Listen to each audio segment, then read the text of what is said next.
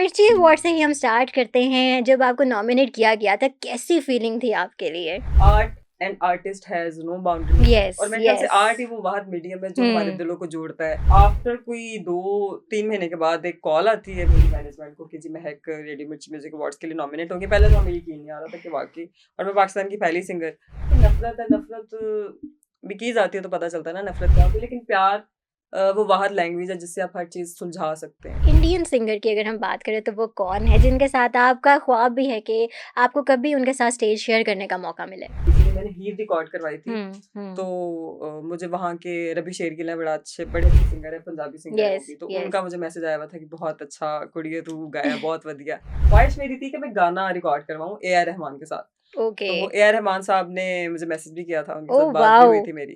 अस्सलाम वालेकुम, Dastak digital podcast के साथ मैं हूँ आपकी मेज़बान हफ्सा खालिद। आज हमने स्टूडियो में जिन सेलिब्रिटी गेस्ट को बुलाया है, इनके गाने आपने बहुत सुने भी होंगे, जिनमें से एक है काला डोरिया, उसके बाद कमीज़ तेरी काली और इसके अलावा कोक स्टूडियो में भी ये गाने गा चुकी हैं।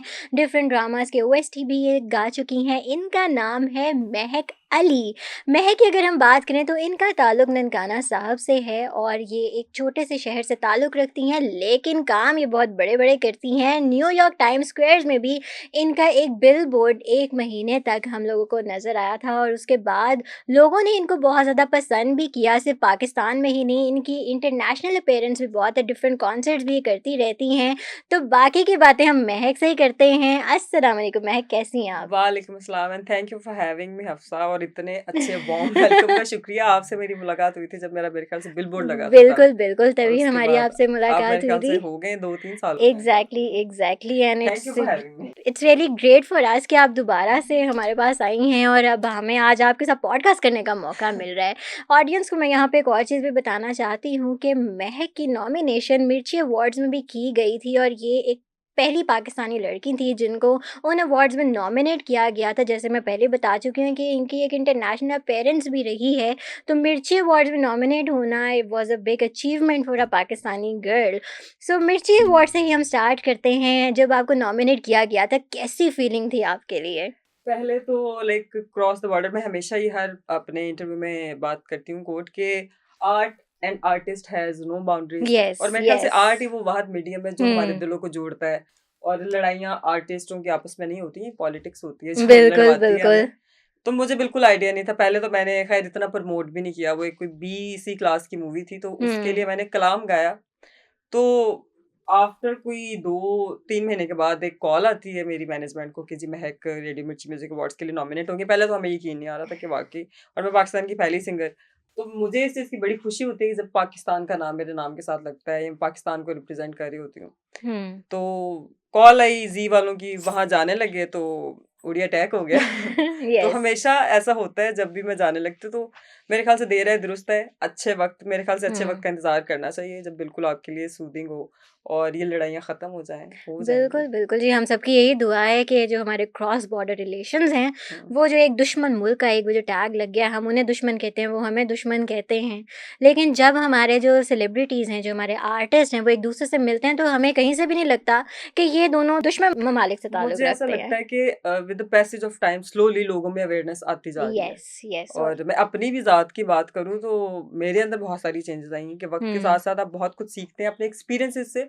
और ये चीज़ जो बिल्कुल बेसिक है और बहुत इम्पोर्टेंट है, प्रैक्टिकल जब तक आप नहीं हुँ, करते हैं ना तो आपको नहीं पता चलता है। वरना बिल्कुल। बातें करने को बहुत सारी बातें हैं, हुँ। लेकिन जब तक वो ना कि नफ़रत है, नफ़रत भी की जाती है तो पता चलता है ना नफ़रत क्या होती है, लेकिन प्यार वो वाहद लैंग्वेज है जिससे आप हर चीज़ सुलझा सकते हैं। राइट। चलिए मिर्ची अवार्ड से अब हमने स्टार्ट किया तो आपसे भी जानना चाहूँगी मैं कि आपके फ़ेवरेट इंडियन सिंगर की अगर हम बात करें तो वो कौन है जिनके साथ आपका ख्वाब भी है कि आपको कभी उनके साथ स्टेज शेयर करने का मौका मिले? स्टेज शेयर करने को तो वो it's a very long list. और बल्कि मेरे बहुत सारे आर्टिस्ट हैं वहाँ के जिनके साथ मेरी बातचीत होती रहती है। हुँ, मेरा कोई हुँ, भी गाना आता है, अभी रिसेंटली मैंने हीर रिकॉर्ड करवाई थी। हुँ, तो हुँ। मुझे वहाँ के रबी शेरगिल हैं, बड़े अच्छे सिंगर हैं, पंजाबी सिंगर हैं वो यस, भी। तो यस। उनका मुझे मैसेज आया हुआ था कि बहुत अच्छा कुड़िए तू गाया, बहुत वधिया। मेरी बातचीत होती रहती है, बड़ी रिस्पेक्ट करते हैं। हुँ, हुँ। यहाँ पे भी करते हैं, लेकिन वही कि अच्छे बुरे लोग मिलके एक इंडस्ट्री बनाते हैं, तो अच्छे बुरे लोग वहाँ भी होंगे, यहाँ भी होंगे। बेशक, तो बेशक। फिर तो ख्वाहिश मेरी थी कि मैं गाना रिकॉर्ड करवाऊँ ए आर रहमान के साथ। ओके। तो वो ए आर रहमान साहब ने मुझे मैसेज भी किया था, उनके साथ ओह बात भी हुई वाओ! थी मेरी। तो ये कि जब पहुँचूँगी तो कर लूँगी रिकॉर्ड। अच्छा, जब उनका मैसेज आया तो तब आपकी कैसी फीलिंग थी? ज़ाहिर है आपने सोचा हुआ था कि उनके साथ गाना चाहती हैं, हुँ। तो जब उन्हीं का मैसेज आपको आ गया तो क्या फीलिंग थी? यकीन आया था कि यार रहमान आपको मैसेज कर रहे हैं? हम सब इंसान ही होते हैं, हमें अल्लाह हम जहाँ भी किसी भी मुकाम पे, वो ए आर रहमान है, वो माइकल जैक्सन थे या हुँ, महक अली हुँ। थी, तो मेरे ख़्याल से अल्लाह की तौफ़ीक होती है, अल्लाह इंसान को किसी मुकाम तक पहुँचाता है और इस चीज़ को बेशक, हमें याद बेशक। रखना चाहिए कि हम ज़िंदगी में कुछ भी है ना, कुछ भी, आप हुँ, Afza Khalida you are a very famous anchor person या आप होस्ट हैं, तो आपको अल्लाह ने ये अता किया है ये, और बेशक, इस चीज़ बेशक, के लिए आपको अल्लाह का शुक्र अदा करते रहना चाहिए। बेशक। वरना वक़्त नहीं लगता है, हुँ, सेकंड्स में आप क्या होते हैं और क्या से क्या हो जाते हैं। तो मुझे बहुत डर लगता है इस चीज़ से। तो जब उनका मैसेज आया था, मैं usually I am not good at expressing कुछ भी। हुँ, हुँ, तो मुझसे ना, मैं सेशन रखती होती हूँ एक ना क्वेश्चन आंसर्स का अपने फैन्स के साथ, कि मेरे से आप हुँ, सवाल कर हुँ, सकते हैं, मुझे सजेशंस दे सकते हैं, और मुझे ना अगर कोई क्रिटिसाइज़ करे तो मैं उसको पॉज़िटिव लेती हूँ, मैं उससे सीखती हूँ। हुँ। तो लोग ना, मेरे ख़्याल से आप अपनी सक्सेस से इतना नहीं सीखते हैं, लेकिन जितना आप अपने फेलियर से सीखते हैं, बिल्कुल, मुझे ऐसा बिल्कुल, लगता है। बिल्कुल। तो 10 दफ़ा भी गिरना पड़े ना तो गिरें, लेकिन उस गिरने से आप खड़े होके उससे सीखें, आपने क्या सीखा हर दफ़ा। हुँ, तो मेरे से किसी ने सवाल किया, फैन ने, कि आप किसके साथ गाना गाना है? जैसे आपने पूछा, मैंने कहा मुझे ए आर रहमान के साथ। तो पहली दफ़ा हुआ ऐसा कि मैंने उनको मेंशन कर दिया, हुँ। वो ऐड करके ना उनको टैग कर दिया। तो उनका मुझे हार्ट आ गया दिल भेजा उन्होंने, और फिर उन्हीं दिनों में मैंने एक ओएसटी किया हुआ था ग्रीन एंटरटेनमेंट का, सुहेल अहमद साहब मेरे फेवरेट एक्टर हैं हुँ। वो भी। तो वो भी स्टोरी में मैंने लगाया हुआ था, तो उन्होंने उस पे भी हार्ट भेजा। तो oh it wow! Was like dream come true, मुझे बड़ा अच्छा लगा था। Very nice.